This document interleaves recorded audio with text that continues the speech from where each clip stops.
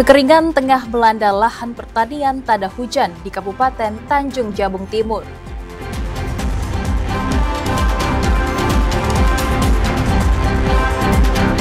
Satu unit minibus terbakar saat mengantri BBM di SPBU Tebing Tinggi, Kabupaten Tebo.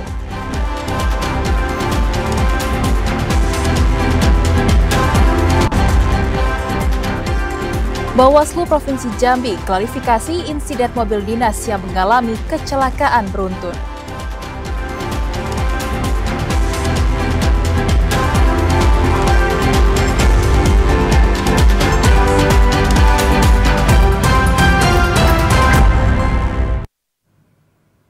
Assalamualaikum warahmatullahi wabarakatuh. Terima kasih Anda masih menyaksikan Jambi Hari Ini, edisi Sabtu 19 Juli 2025. Dan selain 3 topik utama tadi, saudara, redaksi kami juga telah menyiapkan sejumlah informasi penting dan menarik lainnya untuk Anda. Bersama saya Anastasia Laga. Dan saya Septinita, inilah Jambi Hari Ini selengkapnya.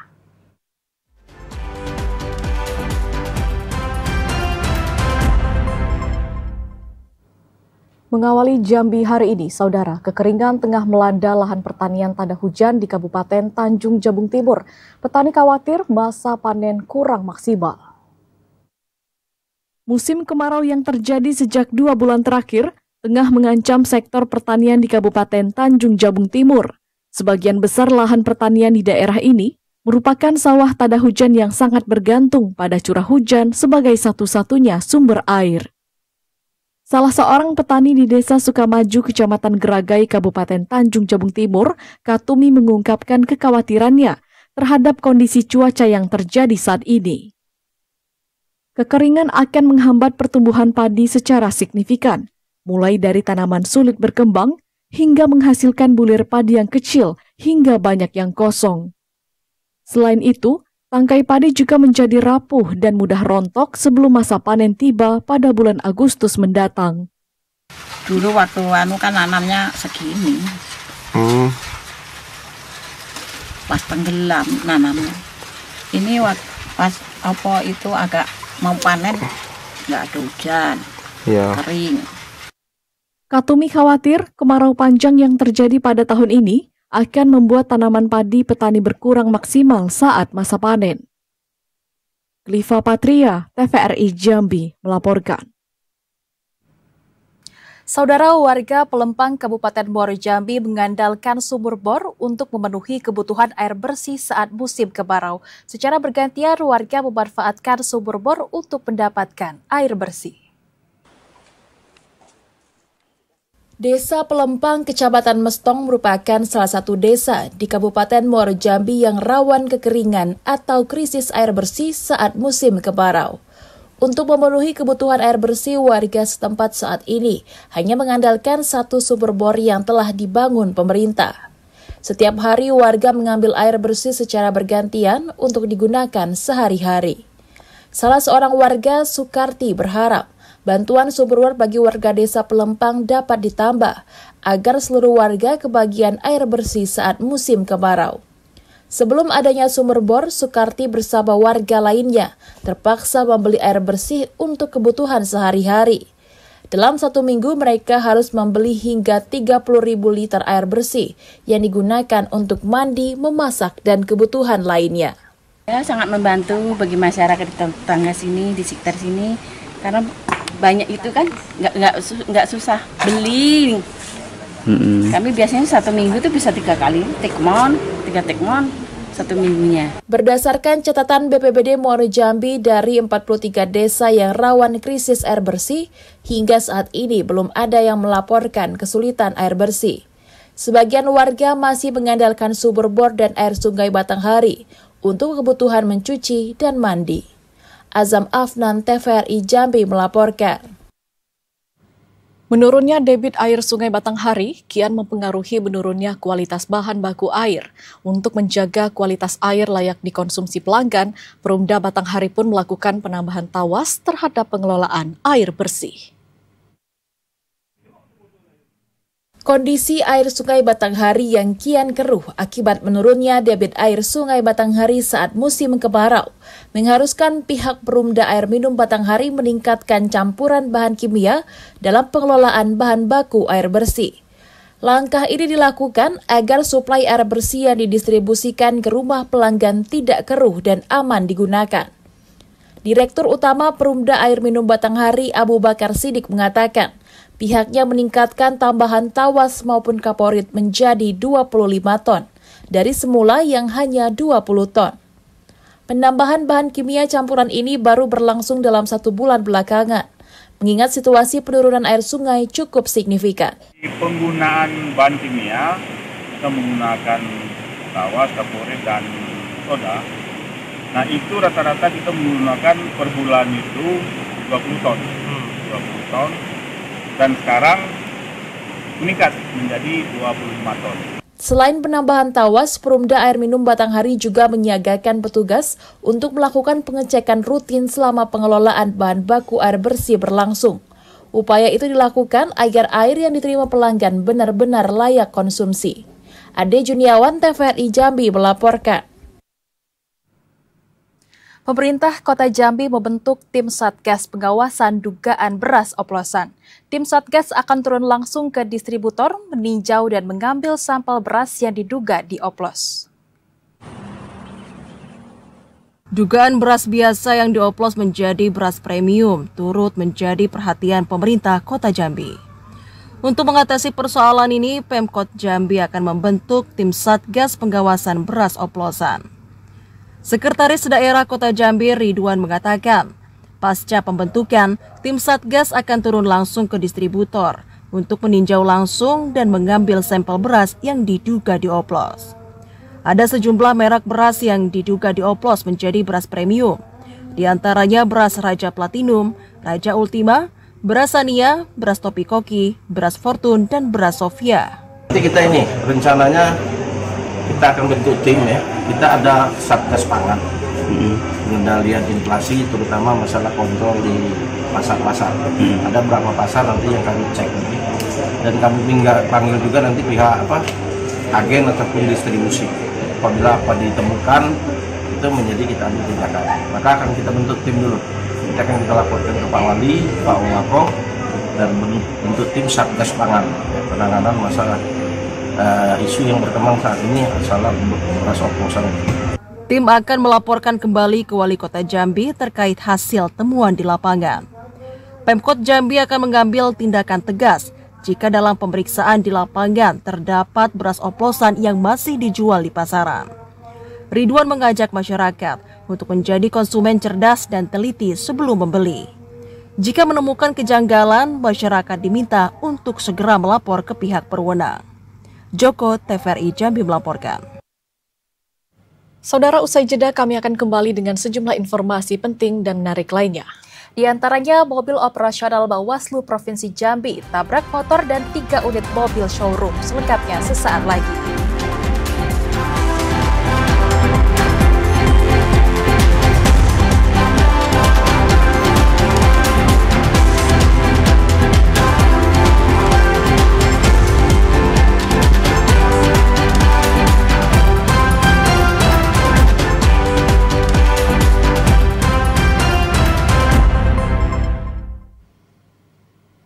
Terima kasih saudara, Anda masih bersama kami di Jambi hari ini.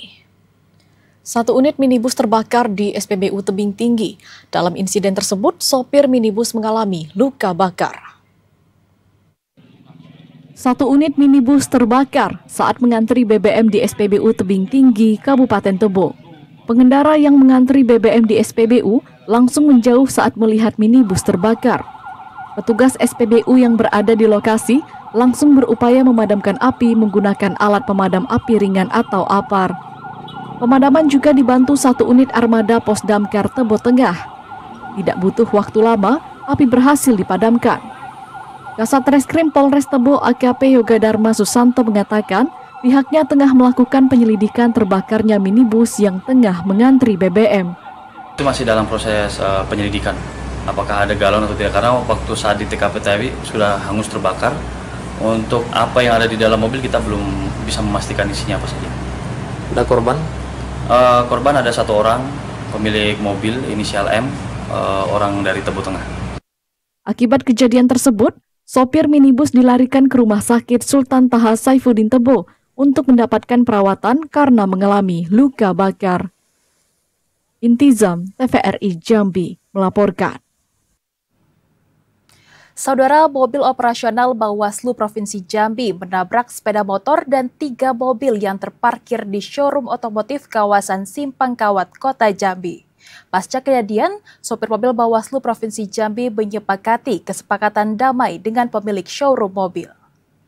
Ini kondisinya di sini. Pasca insiden tabrakan beruntun, Satlantas Polresta Jambi telah mempertemukan sopir mobil operasional Bawaslu Provinsi Jambi dengan pemilik showroom mobil.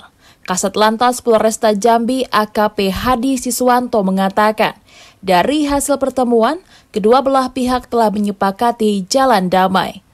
Sopir mobil operasional milik Bawaslu Provinsi Jambi yang dikendarai oleh Sandra Septa menyepakati untuk mengganti rugi kerusakan 3 unit mobil yang telah ditabrak. Biaya ganti rugi 3 mobil yang rusak tersebut disepakati mencapai 100 juta rupiah. Innova ini lari ke arah Simpang Pule dan dikejar masyarakat. Sesampainya di pos WTC, anggota melihat, kok sana kejar-kejaran. Pengakuan dari anggota kami, dan mereka berhasil menghentikan kendaraan Innova itu di jembatan Sijinjang. Dan tadi malam memang kita sudah mediasi dengan pihak showroom dan sudah ada titik temu dan ada penggantian sebesar 100 juta untuk pihak showroom. Dan untuk sepeda motor sendiri memang kemarin sudah kita pertemukan tapi tidak ada titik temu, dan memang sampai saat ini belum ada laporan dari pihak sepeda motor. Saat ini mobil operasional Bawaslu Provinsi Jambi telah diamankan di kantor unit Laka Lantas. Sebelumnya mobil operasional milik Bawaslu Provinsi Jambi menabrak sejumlah sepeda motor dan 3 unit mobil yang berada di showroom kawasan Simpang Kawat, Kota Jambi. Aksi tersebut sempat terekam CCTV rumah warga di lokasi kejadian. Meski tidak ada korban jiwa, namun sejumlah mobil mengalami kerusakan akibat insiden tabrakan ini. Asyar, TVRI Jambi melaporkan. Ketua Bawaslu Provinsi Jambi Wen Arifin mengklarifikasi insiden kecelakaan beruntun yang melibatkan mobil dinas Bawaslu. Wen Arifin menegaskan insiden itu terjadi saat pengemudi mencoba menyelamatkan diri dari dugaan tindakan intimidasi dan upaya pemerasan oleh orang tidak dikenal. Pasca insiden kecelakaan beruntun yang melibatkan 1 unit mobil operasional, Ketua Bawaslu Provinsi Jambi, Wen Arifin mengatakan, pengemudi mobil operasional tersebut merupakan salah seorang pegawai negeri sipil di bagian keuangan Bawaslu Provinsi Jambi. Saat kejadian, staf Bawaslu tersebut tengah menunggu istrinya di sekitar kampus Tikba dan membawa uang berkisar 15 juta rupiah. Namun tiba-tiba, datang 3 orang tak dikenal mendatangi staf Bawaslu dan melakukan tindakan intimidasi dengan meminta sejumlah uang. Meski telah diberikan uang senilai Rp300.000, namun ketiga orang tersebut tetap mengancam untuk meminta seluruh uang yang dibawa dengan mengedor jendela dan pintu mobil. Merasa terancam, pengemudi mencoba melarikan diri dengan mobil dinas yang digunakan. Namun naas, saat meninggalkan lokasi, mobil operasional Bawaslu akhirnya menabrak sepeda motor dan 3 unit mobil yang terparkir di sebuah showroom. Wen Arifin menegaskan bahwa peristiwa tersebut bukanlah kasus tabrak lari, melainkan upaya penyelamatan diri dari aksi dugaan premanisme dan pemerasan. Nah, terkait dengan kerusakan mobil yang di showroom itu sudah diselesaikan. Kita ganti rugi, bukan kita ya, dia oknum ini, kami ini sudah mengganti rugi kepada pihak showroom terhadap kerusakan mobil yang disebabkan karena yang bersangkutan, sehingga tidak ada persoalan lagi gitu. Tapi poin pentingnya yang pertama bahwa ini bukan tabrak lari, tapi ini adalah upaya menyelamatkan diri dari tindakan pemerasan dengan ancaman. Saat ini kasus tersebut sudah dilaporkan ke Polsek Jerutung dan masih dalam penyelidikan pihak kepolisian. Asyar TVRI Jambi melaporkan. Tim Satgas Gabungan Penindakan Peti Kabupaten Bungo kembali melakukan operasi penindakan di sejumlah titik rawan aktivitas tambang emas ilegal. Di lokasi, tim berhasil menemukan 3 titik aktivitas peti. Meski sempat dihadang puluhan warga, namun tidak menyurutkan tim Satgas Gabungan untuk melakukan operasi penindakan di lokasi area tambang emas ilegal. Kegiatan dipimpin langsung Kapolres Bungo bersama jajaran unsur Forkopimda dan personil TNI Polri. Kapolres Bungo AKBP Natalena Eko Cahyono mengatakan, penindakan bukan hanya sekedar razia, namun juga sebagai komitmen tim Satgas Zero Peti Bungo terhadap praktik aktivitas peti. Tim Satgas Zero Peti akan terus melakukan pemberantasan aktivitas tambang ilegal di seluruh titik yang telah dipetakan. Ada juga yang bagian tim kami memitigasi persoalan dengan adanya masyarakat-masyarakat yang sengaja digerakkan oleh mungkin pemodalnya, mungkin yang mempunyai rakit, dompeng, karena hal tersebut kami sinyalir memang berdasarkan dari intelijen kami ada yang menggerakkan yang kemungkinannya alatnya itu tidak boleh dibakar, yang intinya kami tetap lakukan mitigasi dari berbagai permasalahan sehingga warga yang digerakkan tadi bisa sadar bahwa memang zero peti di Kabupaten Bungo ini harga mati, harus zero. Operasi peti dilakukan di Dusun Tanjung Menanti, Kecamatan Batindua, Babeko. Di lokasi, tim berhasil menemukan 3 titik aktivitas peti. Titik pertama ditemukan 4 unit mesin dompeng. Di titik kedua, tim menemukan 7 unit mesin dompeng. Dan titik ketiga ditemukan 13 unit mesin dompeng. Secara keseluruhan, tim menemukan 24 unit mesin dompeng di lokasi peti. 24 unit mesin dompeng itu langsung dimusnahkan dengan cara dibakar di lokasi tambang. Muhriyandi, TVRI Jambi melaporkan. Gubernur Jambi Al-Haris mewawancarai calon direktur dan komisaris PT JII. Informasi selengkapnya akan kami hadirkan usai jeda saat lagi, tetaplah bersama kami.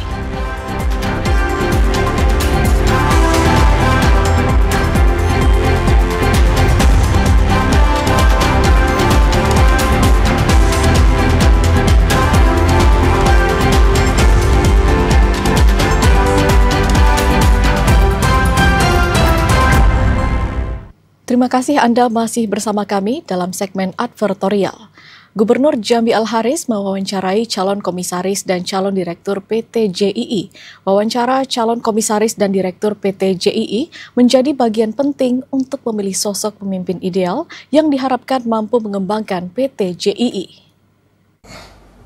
Kemudian Gubernur Al-Haris secara langsung mewawancarai calon komisaris dan calon direktur BUMD PT Jambi Indraguna Internasional atau JII yang diikuti 3 orang calon komisaris dan 3 orang calon direktur. Tahapan wawancara untuk memilih 1 komisaris dan 1 direktur PT JII tersebut dilakukan di ruang VIP Rumah Dinas Gubernur Jambi. Al-Haris mengatakan, wawancara ini dilakukan untuk menyelesaikan tahapan penilaian terhadap calon komisaris dan calon direktur PT JII yang seluruhnya telah dilaksanakan oleh panitia seleksi. Wawancara calon komisaris dan direktur PT JII menjadi bagian penting untuk memperoleh gambaran yang jelas dalam memilih sosok ideal yang diharapkan mampu mengembangkan PT JII. BUMD maupun Perseroda memiliki peluang signifikan untuk memberikan kontribusi pada peningkatan pendapatan asli daerah. Kita sudah melakukan tahapan-tahapan penilaian terhadap calon komisaris dan calon direktur PT JII. Tentu semuanya ini sudah dilakukan oleh pansel, kami pun sudah wawancara langsung. Nah, kita sudah bisa melihat gambaran sosok yang kita anggap ideal dan mampu untuk menjadi komisaris dan juga direktur DII. 3 calon komisaris yang mengikuti tahapan wawancara PT JII, yakni Anhar, Padli Saleh, dan Yopi Said Ramadan. Sementara 3 calon direktur yang mengikuti tahapan wawancara, yakni Bambang Wiyokongko, Muhammad Gandawijaya, dan Purwadi Adi Nugroho. Randy Arta, TVRI Jambi melaporkan. Dharma Wanita Persatuan atau DWP Universitas Terbuka Jambi menggelar pelantikan kepengurusan baru. Kegiatan ini bertujuan untuk meningkatkan solidaritas, kreativitas, dan berdaya guna dalam mendukung misi Universitas Terbuka.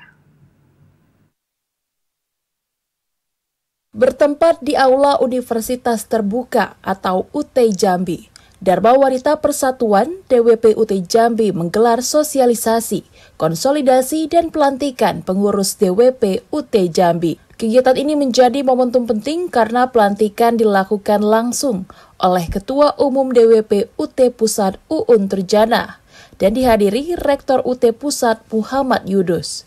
Selain pelantikan pengurus, DWP UT juga menggelar sosialisasi program kerja yang bertujuan untuk memperkuat sinergi antara DWP UT Pusat dan DWP di tingkat unit daerah. Ketua Umum DWP UT Pusat Uun Turjana mengatakan, DWP mempunyai peran penting dalam mendukung kinerja lembaga pendidikan tinggi dan mendorong penguatan kapasitas perempuan melalui berbagai program pemberdayaan. Menjadi mitra pendukung UT dalam mencapai perguruan tinggi pendidikan jarak jauh berkualitas dunia menjadi salah satu visi DWP UT. Kebetulan untuk Dharma Wanita Jambi ini sudah berjalan, hanya kan memang belum disahkan, karena itu saya sangat senang sekali untuk segera mensahkan DWP Jambi dengan harapan DWP Jambi makin berkibar, kemudian kegiatan-kegiatannya makin banyak sehingga ini akan sangat mendukung pekerjaan suami. Rektor Universitas Terbuka Muhammad Yunus mengapresiasi pelantikan pengurus DWP UT Jambi. Muhammad Yunus mengatakan keberadaan DWP sangat penting dalam membangun keseimbangan antara aspek profesional dan peran keluarga bagi sivitas UT. Suami di UT Jambi dengan pemahaman yang cukup dari pasangannya bagaimana karakteristik pekerjaan di UT sehingga bisa berikan support yang luar biasa dan tidak tafsiran yang terlalu beragam, karena karakteristik di UT itu menuntut peran kerja para suami dan para pegawai di UT itu berbeda dengan perguruan tinggi yang tatap muka yang lainnya. Kurang lebih seperti itu arah. Muhammad Yunus berharap dengan dilantiknya pengurus baru, DWP UT Jambi semakin solid, kreatif, dan berdaya guna dalam mendukung misi besar Universitas Terbuka sebagai perguruan tinggi berbasis teknologi yang inklusif dan berkualitas. Iwan Lebri, Farhan, TVRI Jambi melaporkan. Untuk memberikan edukasi tentang hak perempuan dan kesetaraan gender, PNM Cabang Jambi menggelar kegiatan Ruang Puan Bicara. Ratusan karyawan dan nasabah perempuan turut berpartisipasi dalam kegiatan ini. PT Permodalan Nasional Madani PNM Cabang Jambi menggelar kegiatan Humanity Ruang Puan Bicara. Kegiatan ini sebagai bagian dari program Tanggung Jawab Sosial dan Lingkungan TJSL. Kegiatan ini memberikan literasi dan edukasi tentang hak dasar perempuan, kesetaraan gender, dan pencegahan kekerasan berbasis gender, seperti kekerasan dalam rumah tangga atau KDRT dan pelecehan seksual.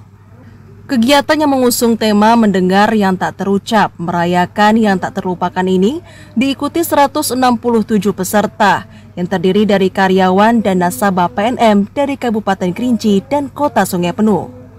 PNM Cabang Jambi menegaskan komitmennya dalam mendukung pemberdayaan perempuan, mengingat 90% karyawan dan nasabah perusahaan adalah perempuan. Hingga saat ini, PNM telah melayani lebih dari 290.000 nasabah di 11 kabupaten dan kota dalam wilayah Provinsi Jambi. Dari PT Permodalan Nasional Madani Cabang Jambi bekerja sama dengan Dinas PPPA Kota Sungai Penuh melaksanakan kegiatan Humanity yang temanya adalah membahas terkait dengan edukasi dan literasi hak-hak perempuan dan isu-isu yang tengah dihadapi perempuan. Alhamdulillah hari ini sebagai pesertanya hadir ada 167 orang ya, baik dari nasabah maupun dari karyawan PNM. Kami atas nama pemerintah Kota Sukabumi, Dinas Pemberdayaan Perempuan dan Perlindungan Anak sangat mengapresiasi kegiatan yang dilakukan oleh PNM Jambi dalam membantu masalah perempuan di Kota Sukabumi, terutama ketimpangan yang diperoleh oleh perempuan. Khusus di Kota Sungai Penuh terdapat 70 orang karyawan yang melayani sebanyak 7.800 nasabah. Ruang Puan Bicara diharapkan menjadi ruang aman bagi perempuan untuk berbagi cerita, menguatkan empati, dan membangun solidaritas dalam menghadapi tantangan sosial di lingkungan sekitar. Ilwan, TVRI Jambi melaporkan. Saudara, Pemkab Batanghari mulai sosialisasikan wajib belajar 13 tahun. Informasi selengkapnya usai jeda, saudara, tetaplah bersama kami.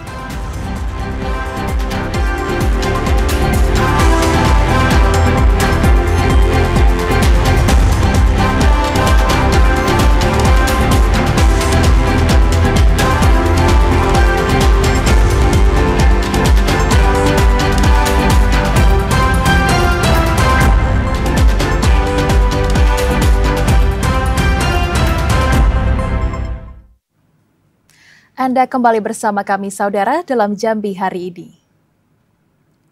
Upaya mendorong peningkatan sumber daya manusia yang dimulai dari usia dini mulai gencar dilakukan pemerintah Kabupaten Batanghari. Sesuai kebijakan pemerintah pusat, wajib belajar kini ditingkatkan menjadi 13 tahun. Tahun ini dia SPB kemarin cuma dapat siswa. Wacana Kementerian Pendidikan Dasar dan Menengah Republik Indonesia terkait perluasan cakupan wajib belajar 13 tahun saat ini mulai dilakukan pemerintah Kabupaten Batanghari. Sekretaris Dinas Pendidikan dan Kebudayaan Batanghari Naswin mengatakan, sesuai kebijakan yang dikeluarkan pemerintah pusat, pada tahap awal ini pemerintah daerah harus telah melakukan sosialisasi wajib belajar 13 tahun kepada orang tua maupun satuan pendidikan. Perluasan wajib belajar ini, yakni anak-anak harus menjalani pendidikan usia dini seperti PAUD ataupun TK, sebelum melangkah ke tingkat SD hingga SMA. Alhamdulillah setelah adanya informasi dari pemerintah pusat, dalam hal ini berarti Mendikbud perihal wajib belajar 13 tahun, maka kita baru sosialisasi saja ke masyarakat.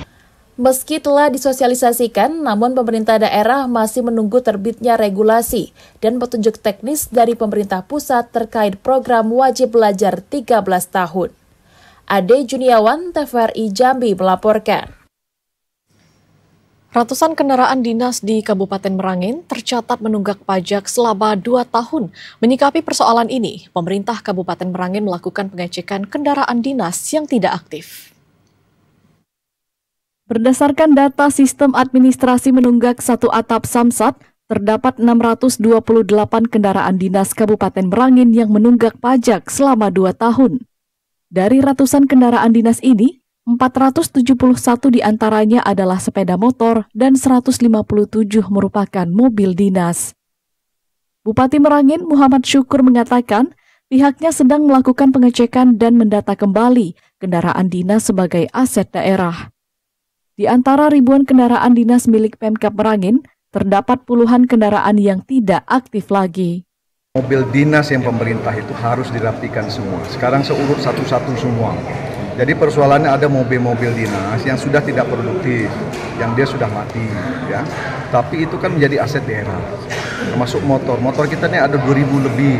Dan mohon maaf saya tidak tahu keberadaan motor itu di mana. Nah, ini menjadi persyaratan juga. Kemarin kita sudah minta PBB untuk seluruh aparatur menjadi contoh. Muhammad Syukur mengimbau pengguna kendaraan dinas agar membayar pajak tepat waktu, sebab hal ini sudah dianggarkan. Sementara itu, Pada tahun 2025 ini, Samsat Kabupaten Merangin ditargetkan memperoleh 27,5 miliar rupiah dari pajak kendaraan. Apabila pengguna kendaraan dinas terus-menerus menunggak pajak, dikhawatirkan target pendapatan tahun 2025 dari pajak kendaraan tidak tercapai. M. Sobar, TVRI Jambi, melaporkan. Balai Pelaksana Jalan Nasional atau BPJN Provinsi Jambi mendapati masih banyak jalan berlubang dan tidak rata. Jalan rusak tersebut tersebar hampir di setiap kabupaten kota dalam Provinsi Jambi. Kondisi jalan nasional di Provinsi Jambi masih membutuhkan perhatian dari pemerintah. Pasalnya, masih banyak jalan rusak dan berlobang yang tersebar hampir di setiap kabupaten kota dalam Provinsi Jambi. Berdasarkan data sementara, masih terdapat ratusan jalan yang berlobang. Selain berlobang, juga terdapat jalan bergelombang dan penutupan lobang yang tidak rata.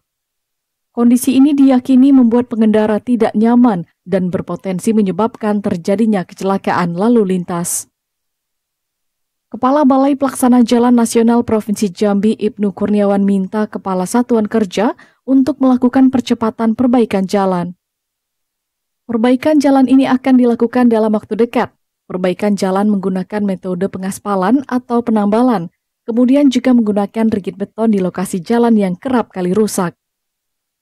Joko, TVRI Jambi, melaporkan. Informasi tadi sekaligus menutup perjumpaan kita di Jambi hari ini. Terima kasih atas perhatian dan kebersamaan Anda. Akhirnya saya Septinita. Dan saya Anastasia Laga bersama seluruh kerabat kerja yang bertugas pamit undur diri. Wassalamualaikum warahmatullahi wabarakatuh dan sampai jumpa.